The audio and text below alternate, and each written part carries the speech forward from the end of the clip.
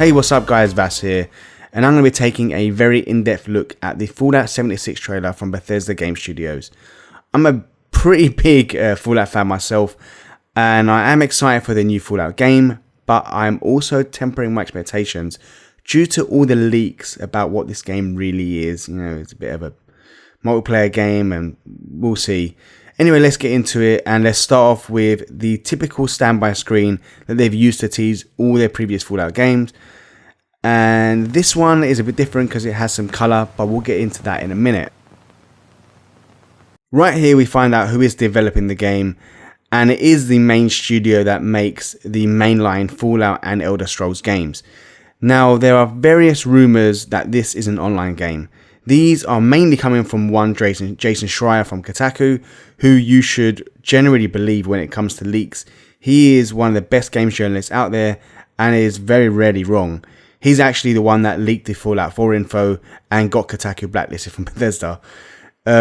He is saying that this game is being developed by Bethesda Game Studios and their Austin studio, who were previously working on the now abandoned multiplayer combat game Battlecry. He came out with a few tweets. From what I've heard, Fallout 76 is an online game of sort developed by BGS in both Maryland and Austin, formerly Battlecry. Another tweet says, "Because I've seen some people misinterpreting this tweet, I did not say this is an MMO. I just know that it is not strictly single player." And another one says, "I think it's really important to reiterate this. Anyone who spends the next 2 weeks expecting Fallout 76 to be a new traditional single player RPG will be the very is in capital letters, disappointed." Yeah, that worries me. He also put out an article that you should definitely check out, stating that he heard from three sources that are very close to Bethesda, that it is like a survival type game similar to DayZ and Rust, but it will have a main story and quests. But there is still a Bethesda Studios type game, so that is kind of reassuring in a way that it is going to still be, you know, a BGS title. Like, that is what they're good at. You know, still going to have a main story and some quests. I have to say, it will be really disappointing if this isn't predominantly single player game with some online elements. You know, like you can play co-op if you want in Far Cry. I feel it would alienate a large portion of Fallout and Bethesda Game Studios fans who love their games for, you know, being these big, meaty single-player RPGs with a bunch of mods. They also wonder how we'll have multiplayer or even co-op with VATS. While in VATS, time kind of slows to a crawl, or in the Fallout 3 and Fallout New Vegas, it basically stopped. I don't know how that's going to work if you are, you know, playing with a friend and you go into VATS and, you know, your enemy slows down. What happens to that enemy on their screen? How does that really work? I don't think that's really gonna, even, you know, if it is PvE, I guess it could work to some extent, but I don't think that it works at all. I think it's just going to be disabled if you go into multiplayer, especially obviously PvP. That is going to be possible. Anyway, we'll get into what kind of game it is, because that's another time, because that's a whole other video.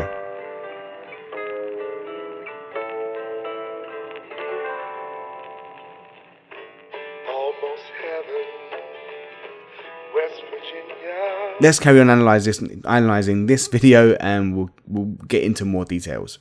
And, you know, we have a familiar riff here from the Fallout 4 trailer song.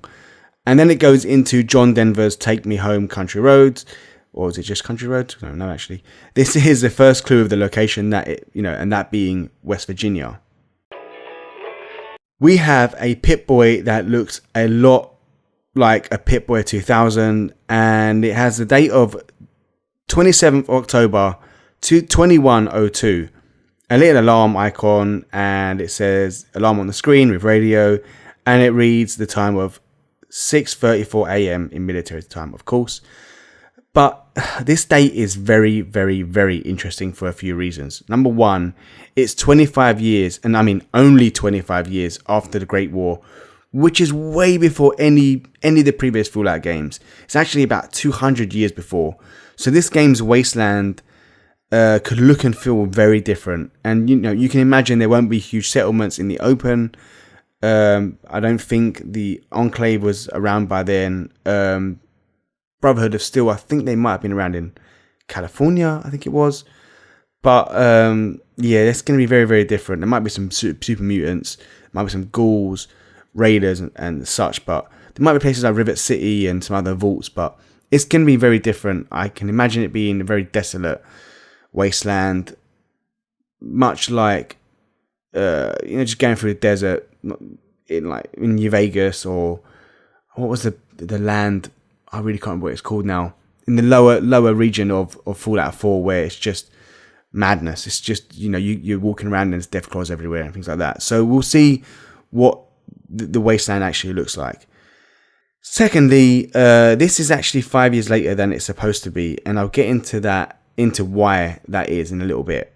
One thing to note is the options on the dial. We're back to 3 options like we had with Fallout 3, those being stat, item, and data. They actually had an S on the first 2 options, but they've removed that like in Fallout 4. This is a departure from Fallout 4's 5 options though, of stat, inventory, data, map, and radio. We also see that again they've made it so you can easily access the dials with your right hand without covering the screen, unlike in previous games before Fallout 4. This makes even more sense actually when you realize the original Pip-Boy 2000 was a handheld and not a wearable device. Here we see a perk magazine, looks like the Unstoppables, could be Grognak the Barbarian, but I'm pretty sure it's Unstoppables. We also see on the dresser a red solo cup and a party hat, which is the first hint of a celebration, and what looks like the black rimmed glasses from Fallout 4, which boosts your charisma stats. So I'm sure there's going to be stats and RPG elements in this. We see Jangles the monkey, the moon monkey, whatever he's called. Hat, a very worn out bag. Now, this is what I find really intriguing here, and that is that revolving poster. It goes from good evening to good morning, and in the good evening image we see some shadowy kind of creatures that don't seem too friendly, and when it changes to morning all the faces are smiling. This kind of reminds me of like a Minecraft where the evening is dangerous and the daylight is safe, unless you venture into obviously like a cave or a dungeon or whatever. So with the rumors that this is being, heavily a base building game, does this mean that you should be building and getting your base ready during the day for the night attacks? Again, it's very early after the war, so I don't know how populated the wasteland's going to be. I mean, 200 years after this, and it isn't densely populated, so who knows what it'll be like. The date setting is what I think is the most intriguing about this game, really. Right, now we see something, again, quite interesting. A board game box with various characters on it. It looks like 5 players, and there are more board games in a minute. And it is a slight nod to multiple players. There are also some clues that there are some clues that it's an online game, but nothing is concrete. You see 2 chairs, and if we keep going, we see blast radius. But here is something that is very important, and it's the poster on the right. It has a lot of interesting information on it. First of all, we learn that this is Vault 76, the official vault of the Tricentennial. That's 300 years.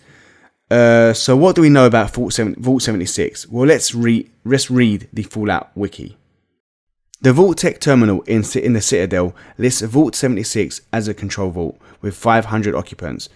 The vault was designed to open 20 years after the nuclear war and was among 17 known control vaults, meaning that it was used as a baseline to compare to experimental vaults. It is also mentioned in one of the alien captive recordings, number 13, which we won't get into. I mean, it doesn't really say anything. The recorded by Giles. I think that's Giles, but the guy in the actual recording says Giles or something like that. Wollstonecroft, a Vault-Tec official who was abducted while inspecting the Vault's construction site. In Fallout 4, the newsreader in the prologue mentions Vault 76 debuting in 2076 in honor of America's tercentenary when discussing Vault-Tec's plans to expand. So Vault 76 is a control vault, and this means that it's a totally normal vault without any, without some crazy experiment going on. like most other vaults have. We see these stories of physical and mental experiments on their dwellers, like virtual reality, being cryogenically frozen, being turned into super mutants and the like. But 76 is a control vault, and that's just, that's for other vaults to be compared against. And it's also set to open 20 years after the bombs go off, and the dwellers are to go out, reclaim, rebuild, and repopulate the country. I did mention earlier that the date on the Pip-Boy was 5 years late. Well, on the Pip-Boy, instead of it being 20 years after the war, it's 25 years after the war. So does that mean the wearer has been waiting 5 years longer, or have they already been exploring for 5 years? Do you actually come out after 20 years and the trailer's just showing the time passes in the game? Who knows? That one is quite a bit of a mystery to me. But when the fighting is stopped and the fallout is settled. Here we have a TV stand with a bunch of typical Fallout stuff, Nuka-Cola mascots, Vault Boy, Mr. Handy, UFO, etc, etc. The most important thing here is the TV. It's in colour, and there's never been a colour TV in Fallout, and I have absolutely no idea how they have this one. You also hear the presenter say, when the fighting has stopped and the fallout has settled, you must rebuild. He's saying this while standing in front of Fort 76, so clearly that means you must go out and rebuild. That's another nod to a base building game from the leaks. You must rebuild. We see a bunch of awards in the cabinet. Are these old awards for the dweller gained in the vault, or are these awards you can earn in the game? I mean, I don't know. Is this a multiplayer thing? I don't know. This one is not. I find it interesting, but I mean, awards in the game. I'm sure they're showing this because you can probably get them in the game. But to me, again, I don't find it that interesting. Great that you can get awards in the game, but I mean, it is what it is. You're just gonna have trophies and achievements and stuff. West Virginia. Giddy up, Buttercup. Okay, this is very interesting. First of all, let's have a look at the clutter on the desk. We have the good old desk fan, more Nuka-Cola stuff, and some pre-war books. But of course, it's all about that terminal. The condition is actually perfect. But what's on the screen is even more important. You are invited. Is that a multiplayer co-op invitation? I mean, what else could it be? I don't think it'll always be on a terminal. It will probably be on your Pip-Boy, but they're showing it here in the trailer, so it's it's obvious. But yeah, that does look to me like it's like a co-op invitation or invitation to a multiplayer match or something like that. I really hope it's not PvE. PvP, sorry, not PvE. I wouldn't mind PvE, that's totally fine, but PvP, I'm not a big fan of. Not in Fallout anyway. It's not COD. It's not even a Division, which I'm guessing this is going to be more like. But I definitely don't want that PvP. That is not Fallout for me. We have a dog bowl. I'm guessing dog meat will make a return. 2 chairs, 2 meals. Again, these are things that are front and center. They know people are going to be analyzing the trailer. I'm coming up with theories for everything. Also sugar bombs. One thing here that I see, and we see again in a second, is the Vault Boy cutout.